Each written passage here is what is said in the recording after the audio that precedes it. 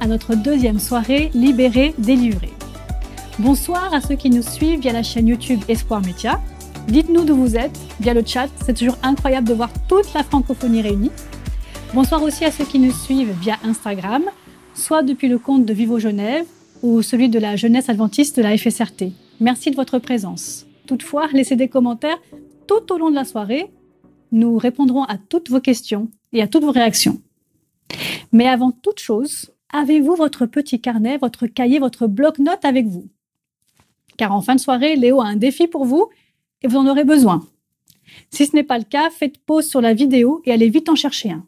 Si vous êtes là ce soir à nouveau, c'est peut-être que vous avez compris hier que vous étiez libre en Jésus, mais pas encore totalement libéré, ou en tout cas pas dans tous les aspects de votre vie.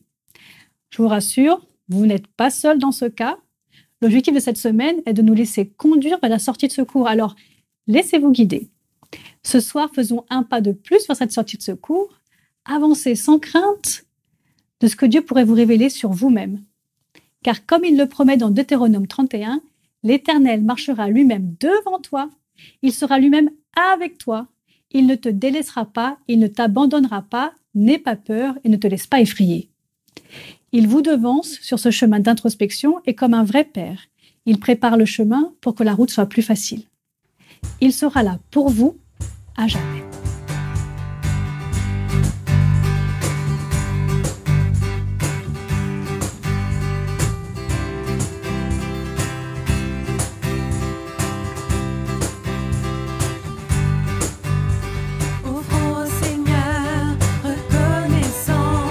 Son amour dure à jamais.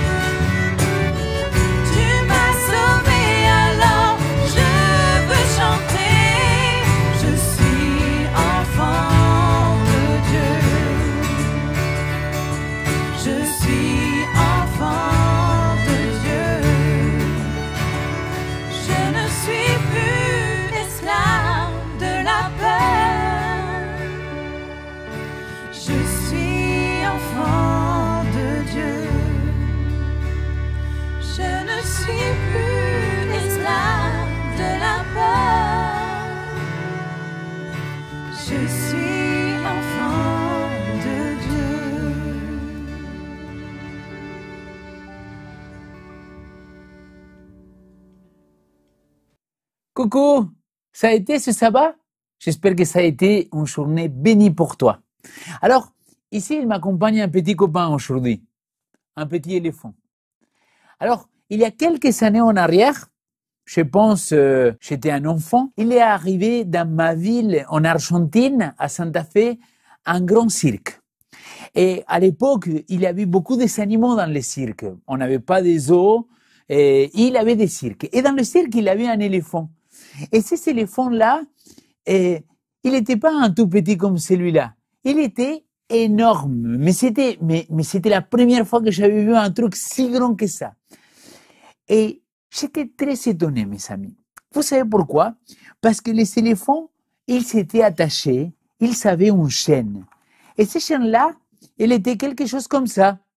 Donc, vous voyez, il avait une chaîne, mais à part de la chaîne, il avait une sorte de pieu. Un pieu, quelque chose comme celui-là. Vous voyez? Donc, il était là, et ce pieu-là, il l'attachait. Pa, pa, pa, pa. Et je disais, comment est-il possible qu'une bête si grande, le mammifère le plus grand au monde terrestre, il est enchaîné par un petit truc de bois comme ça et une simple chaîne? Alors, évidemment que avec le temps, je me suis mis à chercher un petit peu d'où il venait tout ça. Comment ça s'est fait que cet éléphant-là, il ne pouvait pas se libérer? Et vous savez qu'est-ce qui s'est passé? C'est que quand l'éléphant il vient de naître, on va l'enchaîner. On va mettre cette chaîne-là. Et on l'enchaîne avec une simple raison. C'est que l'éléphant, il ne puisse pas s'échapper. Le truc, c'est que quand l'éléphant il est petit, il va essayer, il va faire de toutes ses forces. Mais devinez quoi? Il n'arrive pas. Il n'a pas assez de force. Mais maintenant qu'il est grand, maintenant qu'il est devenu grand, il serait tout à fait capable de faire comme ça et arracher absolument tout. Mais le problème, c'est que comment dans sa tête, le souvenir, c'est j'ai déjà essayé. Une fois, deux fois, trois fois, 10 000 fois. Je n'ai pas réussi. Du coup, là maintenant, il se dit, peu importe ce que je vais faire, je ne vais pas pouvoir me délivrer. Mais en réalité, il pourrait se délivrer. Aujourd'hui, nous allons parler des mentalités d'esclaves. Comme ces petits éléphants. C'est vrai que parfois dans notre esprit, on pense, on réfléchit et on ne se rend pas compte que peut-être nous aussi, on a cette mentalité d'esclave. Il y a une citation que j'aimerais partager avec vous, que c'est assez extraordinaire. Cette citation, ils disent la chose suivante. Que tu penses que tu es capable d'en être capable ou pas en être capable, dans les deux cas, tu as raison.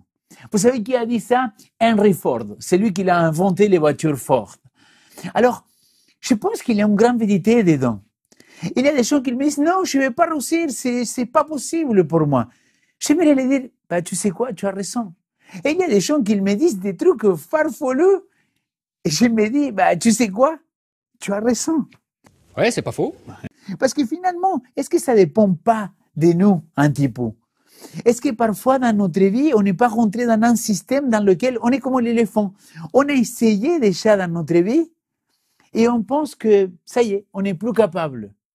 La question que j'aimerais vous poser ce soir, elle est simple. De quoi sommes-nous prisonniers aujourd'hui? Qu'est-ce qui te rend encore esclave? Et je pense que l'esclavage, ça commence ici, dans notre tête. En tout cas, c'est ce que je pense. C'est que c'est une des manières dans lesquelles on n'arrive plus à savoir pourquoi on est esclave. Peut-être on l'a essayé déjà, comme l'éléphant quand il était petit. Mais il y a un temps pour tout. Et peut-être on a trop rapidement lâché prise. Alors, j'aimerais aujourd'hui qu'on puisse aller voir quelque part comment le peuple d'Israël, il avait une mentalité d'esclave. Avant cela, je t'invite à aller dans le livre d'Exode, chapitre 3, versets 7 et 8. Regardez ce qu'il dit le texte. Le Seigneur dit, j'ai bien vu l'affliction de mon peuple qui est en Égypte. Et j'ai entendu les cris que lui font pousser ces tyrans. Je connais ses douleurs. Je suis descendu pour le délivrer de la main des Égyptiens et pour faire monter de ce pays vers un pays bon et vaste pays, un pays ruisselant de lait et de miel.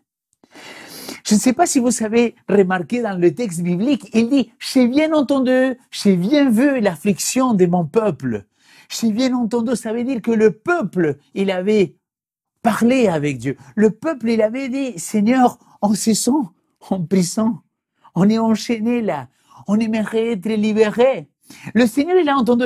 Et je ne sais pas si vous l'avez déjà remarqué, mais cette phrase-là, « Je suis descendu pour les délivrer ». Écoutez, c'est assez fantastique, non? Je suis descendu pour les délivrer. Ça, c'était dans l'Ancien Testament. Et qu'est-ce qu'il va dire Jésus-Christ? Je suis descendu aussi. Pourquoi? Pour montrer quel est le chemin. Pourquoi faire? Pour donner la vie éternelle. Pourquoi faire d'autres encore? Pour vous montrer à quel point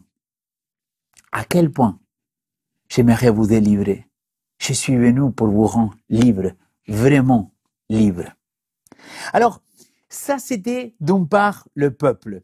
Mais maintenant, regardez comment il va réagir le peuple après que Dieu les libère. Alors, regardez la mentalité d'esclave. La mentalité d'esclave, c'est la suivante. Laisse-nous servir l'Égypte, car mieux vaut pour nous servir l'Égypte que mourir au désert. Mais moi, ça m'échappe. Là, les gars, ils sont en train de dire, on a vu que Dieu, il s'est manifesté, il a eu les 10 plaies, on a fêté la Pâque, on est sorti, on a vu la mer Rouge s'ouvrir. Et là, maintenant, le peuple, il dit, bon, là, c'était avant la mer Rouge, il dit, laisse-nous servir en Égypte, car mieux vaut pour nous servir l'Égypte que mourir au désert. Je ne sais pas si vous vous rappelez le film de Mel Gibson, Corps Vaillant. Je ne sais pas si c'est comme ça, vous me mettez au Brad Hard ou quelque chose comme ça. Je me rappelle que dans une scène, on est en train de les mettre l'oppression et il dit, ils pourront nous tuer, mais jamais ils pourront taire notre liberté. Jamais ils pourront tuer notre liberté. Quelque part, ça, c'est l'esprit d'esclave. Ce que Mel Gibson il dit dans son film, c'est un esprit de liberté, de dire, écoute, peut-être je vais mourir dans le désert, mais je ne serai plus esclave. Regardez un deuxième texte, Exode chapitre 16, verset 3. Si seulement, écoutez, c'est si seulement le Seigneur nous avait fait mourir en Égypte. Là, il souhaite sa propre mort. Mais vous, nous avez conduits dans le désert pour nous laisser mourir de faim. Il nous laissait tous mourir de faim. Si moi, aujourd'hui, on me pose la question, qu'est-ce que j'aimerais? Être plutôt esclave ou tenter ma chance de la liberté avec le risque de mourir de faim? Moi, je choisirais prendre le risque. Moi, j'aime pas. J'aime pas devoir me soumettre à quelqu'un. Mais le peuple d'Égypte, il était dans une mentalité d'esclave. Laisse-moi te donner le troisième exemple. Ah, si seulement nous étions morts en Égypte ou dans le désert. Écoutez là ce qu'ils vont dire. Ne vaudrait-il pas mieux pour nous de retourner en Égypte? Nombre, chapitre 14, donc ça s'est passé longtemps après, il dit, nommons un chef et retournons en Égypte. Ça, c'est mentalité d'esclave. Ça, c'est quelque chose que je n'arrive pas à comprendre.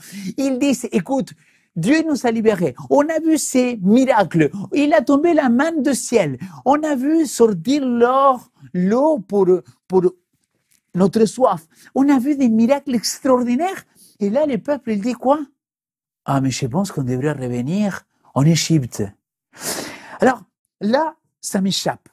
Cette mentalité d'esclave, ça m'échappe. Vous savez, c'est comme quand quelqu'un, il passe une situation très difficile. Quelqu'un qui est employé et qu'il y a un patron qui est un tyran, qu'il le fait travailler de plus en plus, qu'il fait absolument rien pour lui. Et la personne qui est là, il dit, oui, mais vaut mieux le mal connu que le bien à connaître. Ah non, mon ami, ça Ça, c'est mentalité d'esclave. Et je pense que le Seigneur, il veut nous délivrer de cette mentalité d'esclave. Dieu ne veut pas pour nous un esprit d'esclavage. Dieu, il souhaite pour ses enfants vraiment un esprit de liberté. Que faire pour changer cette mentalité? Que faire pour sortir de ces cercles un peu vicieux que parfois on peut rentrer? Il y a une histoire dans la Bible, et cette histoire-là, c'est quand Jésus-Christ, il va passer sa première Pâque de son ministère à Jérusalem. D'un côté, on voit le peuple qu'il est sorti, qu'il a été libéré, mais pas délivré, car il a encore mentalité d'esclave. Et là, Jésus-Christ, il arrive. Il arrive pas simplement sur terre, mais il arrive à Jérusalem pour vivre cette première Pâque. Le texte, il nous dit la chose suivante. Jean chapitre 2, versets 13 au 17. La Pâque des Juifs était proche, et Jésus monta à Jérusalem. Il trouva dans le temple des vendeurs de bovins, des moutons, etc., etc. Il fit un fouet, des cordes, et chassa tous hors du temple, avec les moutons et les bovins. Il dispersa la monnaie des changeurs et renversa les tables. Il dit aux vendeurs, enlevez tout cela d'ici, cessez de faire de la maison de mon père une maison de commerce. Ses disciples se souviennent qu'il est écrit la passion jalouse de ta maison me dévore. Là, les théologiens, ils appellent ça la première purification du temple. Jésus-Christ arrive et il dit, là, il faut nettoyer ça. Ça peut plus continuer comme ça. Il faut nettoyer. Et la question qu'on s'est posée juste avant, c'était la suivante. C'était, qu'est-ce que je peux faire pour changer cette mentalité d'esclave? Mon ami, je crois qu'une des premières choses qu'on doit faire, c'est la même chose que Jésus-Christ il va faire. C'est nettoyer le temple. Mais Léo, quel temple? Le nôtre. Paul, il va le dire très clairement. Maintenant, vous, toi, tu es le temple du Saint-Esprit. Alors, Dieu, ce qu'il nous invite à faire dans ce texte-là, pour moi, c'est nettoyer l'intérieur. Et pour le nettoyer, il faut prendre conscience. Pour le nettoyer, il va falloir que le Saint-Esprit, il travaille dans notre vie pour se rendre compte, comme ce petit éléphant, est-ce qu'il n'y a pas des choses qui me rend prisonnier encore? Est-ce que je n'ai pas cette mentalité d'esclave? Le texte, il va continuer. Verset 18. Les Juifs lui dirent, quel signe nous montres-tu pour agir de la sorte? Jésus leur répondit, détruisez ce sanctuaire, et en 3 jours, je le relèverai. Les Juifs dirent, il a fallu 46 ans pour construire ce sanctuaire, et toi, en 3 jours, tu le relèveras?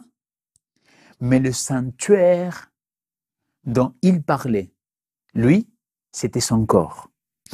Quand donc il s'est fait réveiller d'entre les morts, ses disciples se souviennent qu'il disait cela. Ils crurent l'écriture et la parole que Jésus avait dit. Comment je peux changer ma mentalité? Facile. Oh, facile. C'est un gros mot. Comment je peux changer ma mentalité? Simple. Bon, je ne sais pas si c'est si simple que ça. Comment je peux changer ma mentalité? Laisser le Saint-Esprit venir dans ma vie pour commencer ces processus de délivrance, pour commencer ces processus dans lesquels il va me purifier, il va nettoyer, il va me faire prendre conscience de ce que je dois enlever. Ce chemin de délivrance, c'est le Saint-Esprit qui va venir m'aider à le faire.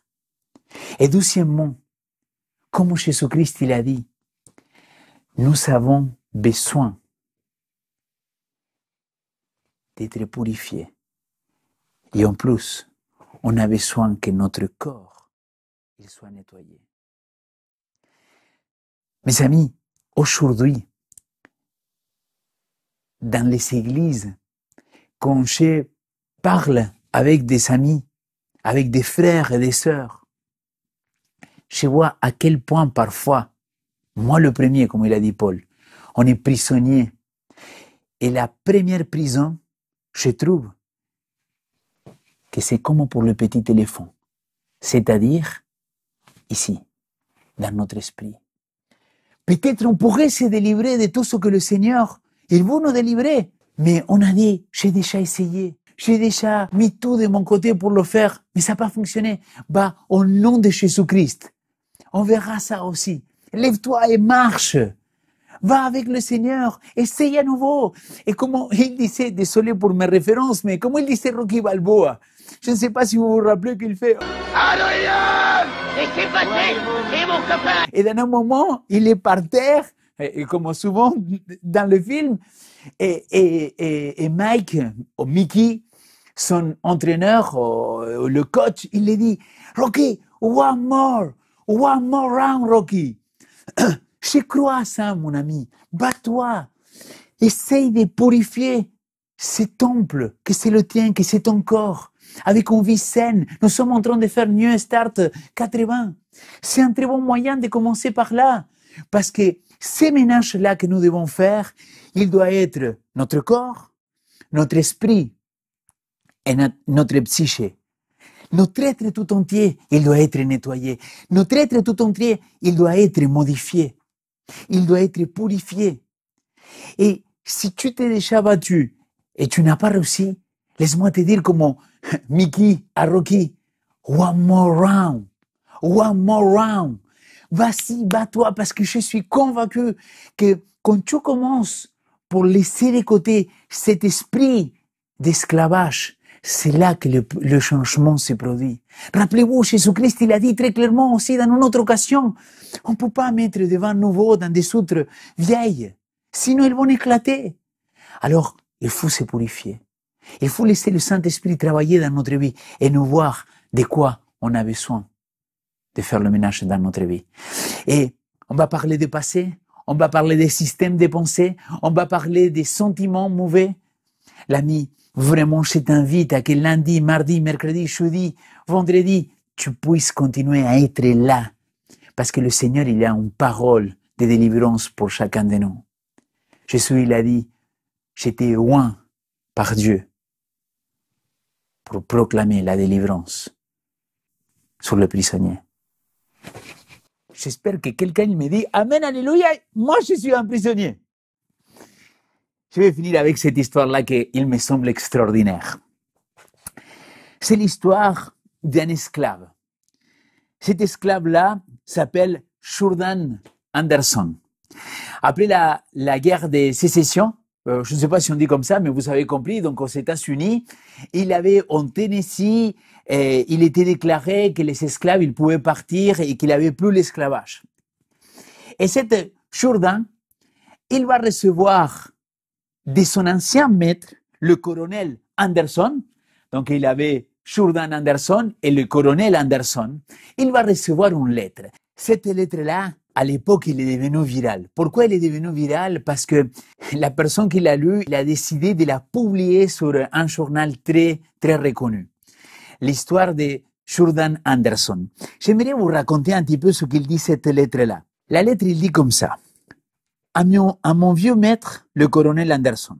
Monsieur, j'ai bien reçu votre lettre et j'étais heureux de voir que vous n'aviez pas oublié Jordan et que vous vouliez que je revienne vivre avec vous, promettant de que vous serez un meilleur que n'importe qui d'autre.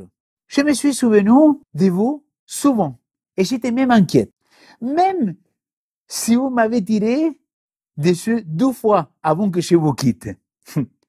Je ne vous souhaite pas le mal. Je suis heureux que vous soyez encore en vie. Il continue maintenant, parce que le maître, il est demandé de revenir chez lui. Je veux savoir précisément la proposition que vous me faites est une bonne chose pour moi ou pas. Je vais m'en dire assez bien ici. J'ai gagné $25 par mois avec la nourriture et le linge. J'ai une maison confortable pour Maddy et les filles. Les filles, d'ailleurs, ils vont à l'école, ils apprennent beaucoup. Le professeur dit que Grundy a des talents de prêcheur. Ils vont au catéchisme. Mandy et moi allons régulièrement à l'église. Nous sommes bien traités. Parfois, nous entendons des gens dire « Ah, ces gens de couleur étaient des esclaves là-bas, au Tennessee. » Ces remarques blessent les enfants. Mais moi, je les dis souvent, il n'y a pas de honte d'avoir servi le colonel Anderson. Maintenant, si vous nous écrivez pour dire le salaire que vous me donnerez, je pourrai plus facilement décider si c'est intéressant pour moi et de revenir chez vous. Donc, j'ai fait le résumé. Colonel Anderson, il envoie une lettre et il dit « Reviens, je vais te payer, je vais bien te traiter. » Et là, Anderson, Jourdan, il lui dit « Attends, je suis très bien là. On me paye $25 par mois. En plus, mes filles, elles vont bien. Qu'est-ce que toi, tu me proposes? Combien d'argent tu me proposes? » Mais regardez la suite parce qu'elle est géniale. Du côté de ma liberté, qui vous garantissez? Je n'ai rien à gagner, puisque j'ai reçu mes papiers en 1864, des mains du Prévost Marshal général département de Nashville. J'ai mal prononcé, mais c'est pas grave. Et il dit, Mandy dit qu'elle aurait peur de revenir sans une preuve qu'on a du travail et qu'il y aura de la justice et de la gentillesse. Et nous sommes arrivés à la conclusion. S'il vous plaît, marquez cela dans votre petit carnet. Il dit, et nous sommes arrivés à la conclusion qu'il fallait mettre à la preuve votre sincérité en demandant de nous envoyer la somme de toutes les années que nous avons été à votre service. Et là, il dit, cela nous permettrait d'oublier et de pardonner les vieilles blessures et de nous assurer votre droiture et votre amitié à l'avenir. Je vous ai loyalement servi pendant 32 ans et Mandy pendant 20 ans. À $25 de mois, le mois pour moi, et $2 la semaine pour Mandy, notre paye s'élèverait à $11 680. On en parle des années et des années.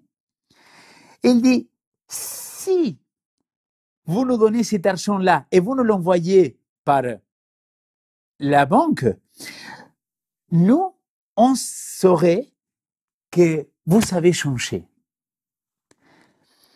La carte va conclure, elle va continuer. Et il dit, j'aimerais vous dire, Colonel Anders, je préfère rester où je suis et mourir de faim plutôt que d'exposer mes filles à la honte de subir la violence et la méchanceté de leur jeune maître. Saluez de ma part George Carter et remerciez-le de vous avoir enlevé le pistolet avec lequel vous étiez en train de me tirer dessus. De votre serviteur, Jourdan Anderson. Cher ami, ça, c'est quelqu'un qui n'a plus du tout mentalité d'esclave. Ça, c'est quelqu'un qui a tout compris, ce que c'est être libre et délivré. Ça, c'est quelqu'un, Jourdan Anderson, il avait tout compris. Il avait compris, oui, j'avais été esclave, mais là maintenant, je suis enfant de Dieu. Là maintenant, au nom de Jésus-Christ, tu n'as rien à me reprocher ni à demander. Et donc là, il a rentré dans un esprit, dans une mentalité de je ne suis plus esclave. Pourquoi? Parce qu'il avait compris que maintenant, il avait des droits. Es-tu conscient que tu es enfant de Dieu? Est-ce que tu as encore cette mentalité quelque part d'esclave? Je souhaite de tout mon cœur que pendant cette semaine, le Seigneur il puisse purifier notre esprit, notre mentalité, enlever cette cette mentalité d'esclave et pouvoir être vraiment libéré, délivré, et que plus jamais on puisse se soumettre au péché. En tout cas, je veux être en marche vers cette délivrance.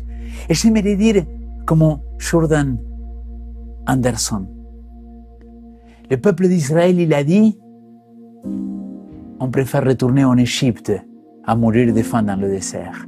Moi, j'aimerais avoir cette mentalité de Jordan Anderson. Je préfère mourir de faim ici qu'être esclave de quelqu'un d'autre. J'ai décidé de mettre ma vie entre les mains de Jésus.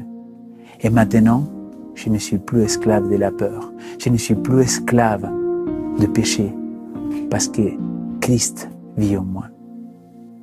J'espère que le Seigneur, il va commencer ce cheminement de délivrance de mentalité d'esclave.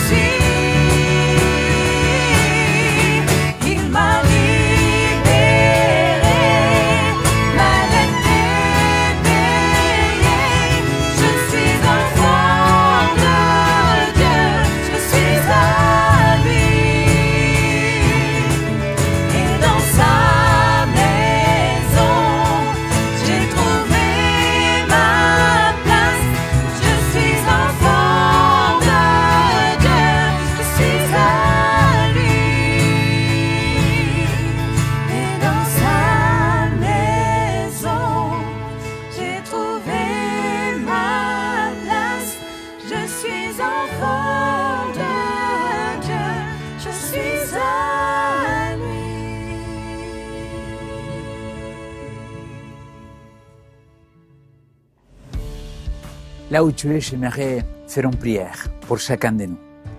Père, je te prie au nom de ton Fils Jésus-Christ, que ton Saint-Esprit il travaille en nous pour enlever, pour nettoyer, pour purifier cette possible mentalité d'esclave. Qu'on puisse être conscient de la valeur que nous avons auprès de toi. qu'on puisse être conscient que tu nous as libérés et que tu es venu pour nous délivrer. Que pendant cette semaine, on puisse continuer ce chemin de délivrance. C'est ma prière au nom de ton Fils Jésus-Christ. Amen. Cher ami, le moment des challenges est venu. Alors, je t'invite à écrire. Peut-être pour parler de mentalité d'esclave, tu as besoin de quelques petites feuilles, ou peut-être tu as besoin d'une grande feuille. Je ne sais pas, ça dépend de toi. Mais je t'invite à vraiment pouvoir prendre un temps à part avec Dieu. Mettre le chant thème sur YouTube et à travers la prière, à travers la louange, écrire ce que tu penses qu'il te donne encore une mentalité d'esclave pour que le Seigneur il puisse le purifier. Alors, ensuite, je vais te laisser un challenge pour demain. Le challenge, il est hyper simple. C'est une sorte de défi. Et ce défi, pour demain, un exercice. Là, il y a le chiffre 9. Le chiffre 9 romain. D'accord? Ce chiffre 9 romain, il faut que tu arrives à le faire devenir un 6. Alors, là, nous avons le chiffre 9. Et toi, tu vas réussir, sans tricher, sans aller regarder sur Internet, à le convertir dans le chiffre 6. Il y a une condition. Tu ne peux pas faire deux traits, tu dois faire qu'un seul trait. Et tu ne peux pas enlever ton stylo. J'espère que cela, il était clair. Chiffre 6, à travers un chiffre 9 romain, tu as un seul trait à faire et tu ne peux pas enlever le stylo. Rendez-vous demain, parce que demain, on va parler des systèmes de pensée. Alors, je te lance ce challenge pour que toi, tu puisses réfléchir chez toi. Mais n'oublie pas non plus de passer ce temps-là dans la prière avec le Seigneur. Sois béni, on se dit à demain, que le Seigneur te garde.